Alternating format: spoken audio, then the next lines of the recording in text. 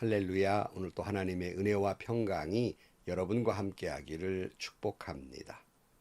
신앙생활은 기도하는 생활입니다. 역으로 말하면 기도하지 않는다는 것은 신앙생활을 바로 하지 않는다는 말입니다.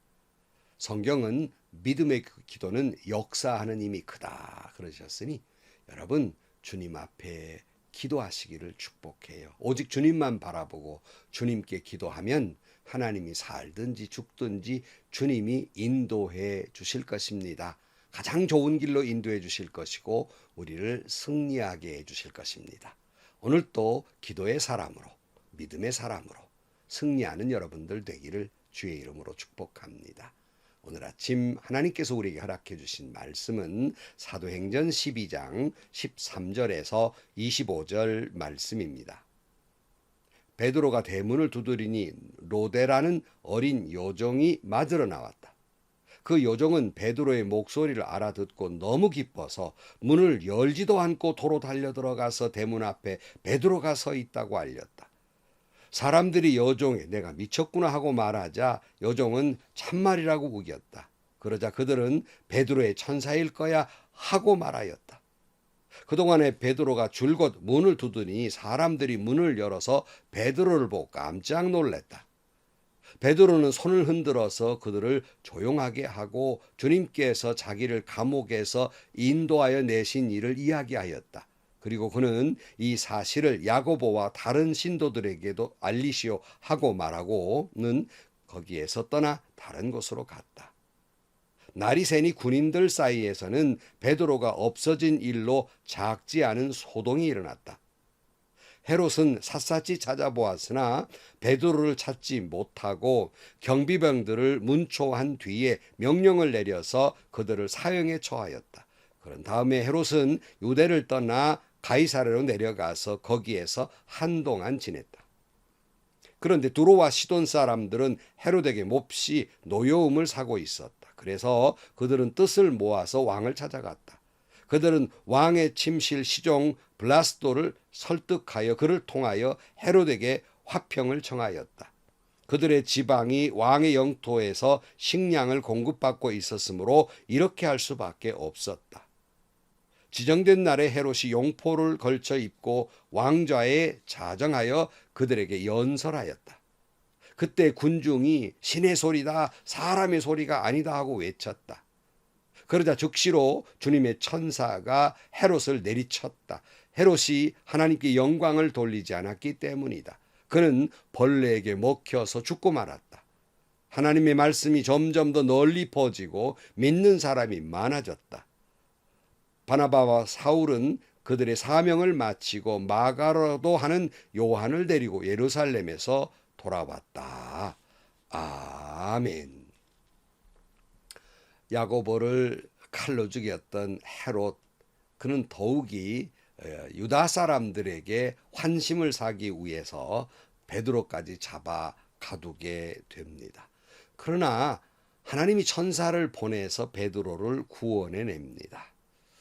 성도들은 밤이 새도록 베드로를 위해 기도했지만 베드로는 모든 걸 주님께 맡겼으니 깊은 잠에 빠지기도 했습니다.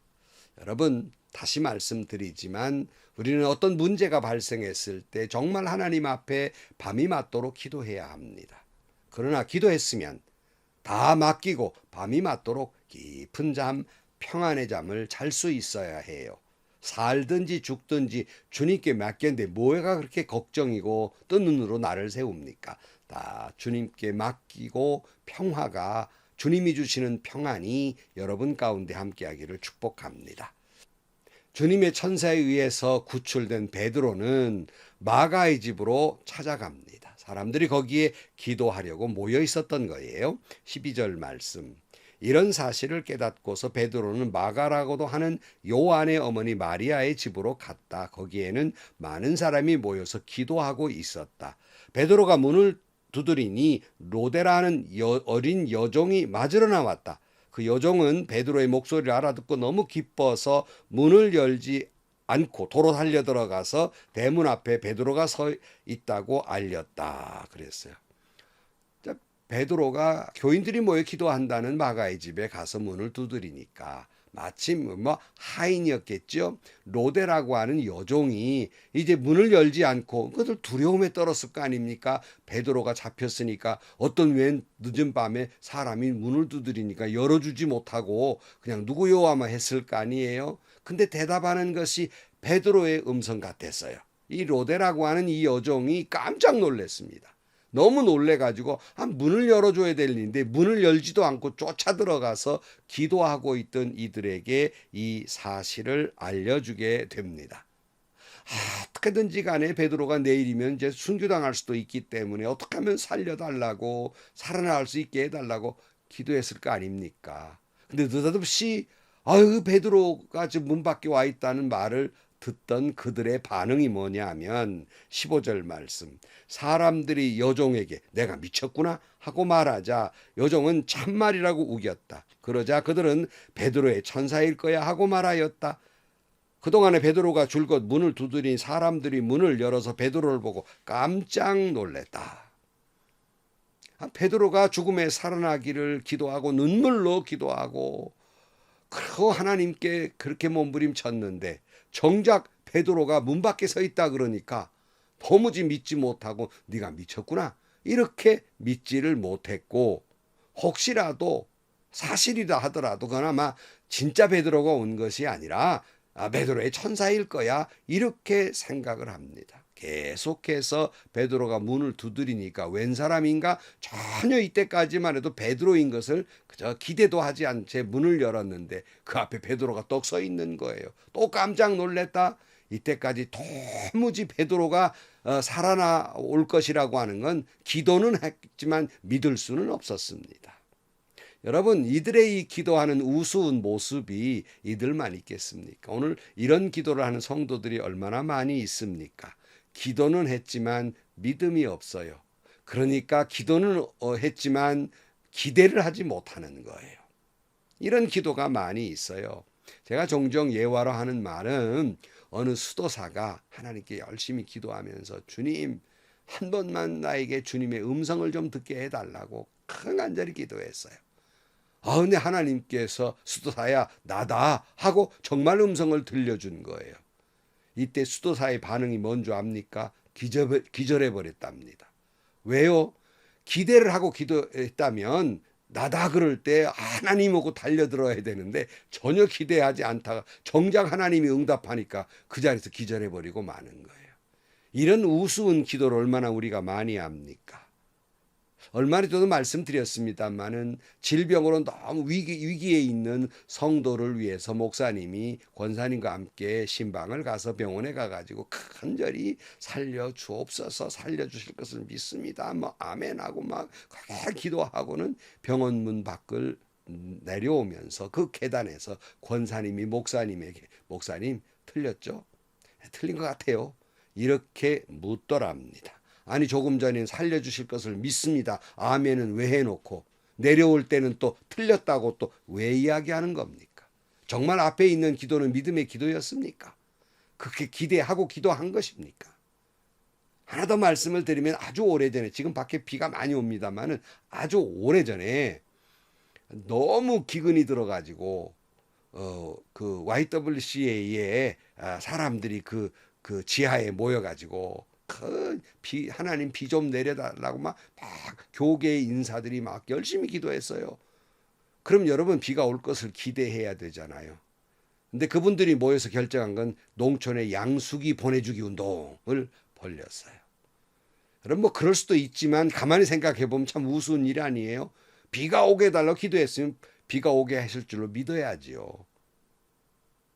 또 아들과 아버지가 기도를 했다고 그래요.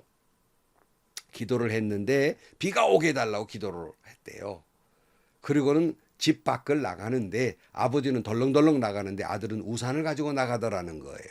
왜? 아버지가 비가 오게 해달라 그랬으니까 비가 올 것을 믿고 우산을 들고 간 거예요. 여러분 어리석다고 순진하다고 이 어린아이의 행동을 비웃습니까? 바로 이것이 믿음이 아니겠습니까? 하나 더 말씀드릴까요? 어느 교회에서 너무 비가 안 오니까 그냥 교인들이 목사님 비 좀 오게 해달라고 기도 좀 해주세요 그랬어요. 그러니까 뭐 성도들이 그러니까 또 목사님이 또 성도들 논에 물이 있어야 되는데 하고 막 열심히 기도했어요. 아 그래 그냥 비가 막 억수같이 내렸다고 그래요. 이번엔 교인들이 뭐라고 한지합니까? 젊은 목사가 농촌을 몰라서 너무 세게 기도해가지고 비가 너무 와가지고는 논이 물이 다 잠겼다고 또 불평하더랍니다. 여러분 도대체 우리가 이런 기도를 얼마나 많이 하고 사는 겁니까? 기도는 하고도 믿음이 없어요. 기도는 하고도 기대하지 않아요. 아니 베드로가 나올 걸 믿고 기도했으면 그래도 일말에 조금이라도 믿음이 있어야 되지 않겠어요? 믿음이 없는 기도예요. 자, 베드로가 이 모습을 보고 이제 그들을 자제시킨 다음 너무 놀래니까 들어가서 자초지정을 쭉 이야기한 다음에 이제 사도들에게 야고보나 이런 사도들에게 전해주라 하고는 그는 다른 데로 떠나게 됩니다. 한편 베드로가 옥에 사라진 것을 헤롯이 알았습니다. 난리가 났죠. 찾아도 베드로를 찾을 수가 없어요. 화가 난 이 헤롯이 그 옥문을 지키던 그 간수를 죽이게 됩니다. 아니 요한의 형제 야고보를 죽이고 사람들이 기뻐하는 모습이 내가 좀 더 이 사람들한테 인기가 좀 끌어야 되겠다 환심을 사기 위해서 이제 베드로마저 죽이려고 잔뜩 계획했는데 다 틀어져 버리고 만 거예요. 어떻게 보면 유대인들의 입장에서는 죄인 하나 놓쳤거든요. 그러니까 뭐 인기가 있어지는 것이 아니라 책임을 묻게 생겼단 말이죠. 그래서 이제 그 헤롯은 가이사랴로 내려갑니다. 그동안 이 불편했던 두로와 시돈 지방의 사람들이 마침 왕이 거기 내려와 있으니까 이제 불편을 좀 해소해야 되겠다 생각을 해서 화해를 요청을 하게 됩니다. 그래서 이제 이 헤롯이 연설을 하게 돼요. 오늘 21절이에요. 지정된 날에 헤롯이 용포를 걸쳐 입고 왕좌에 좌정하여 그들에게 연설하였다. 그때에 군중이 신의 소리다 사람의 소리가 아니다 하고 외쳤다 그랬어요. 역사가들은 이때에 이 헤롯이 입은 용포가 너무 그냥 은빛으로 광채가 확 나가지고 위압감과 신비감을 주어서 일장연설하는 헤롯의 모습을 보면서 군중들이 신의 소리다 사람이 아니다 즉 신이란 말이에요. 후에는 이제 황제 숭배 사상이 나옵니다만은 이렇게 외치게 됩니다.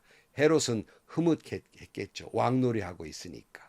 요즘 우리나라 주변에 권력에 취해가지고 권력놀이 하고 있는 사람들을 모습을 봅니다만은 헤롯이 그저 신이다라고 그렇게 칭송을 받으니까 얼마나 어깨가 으쓱하고 교만해졌겠습니까?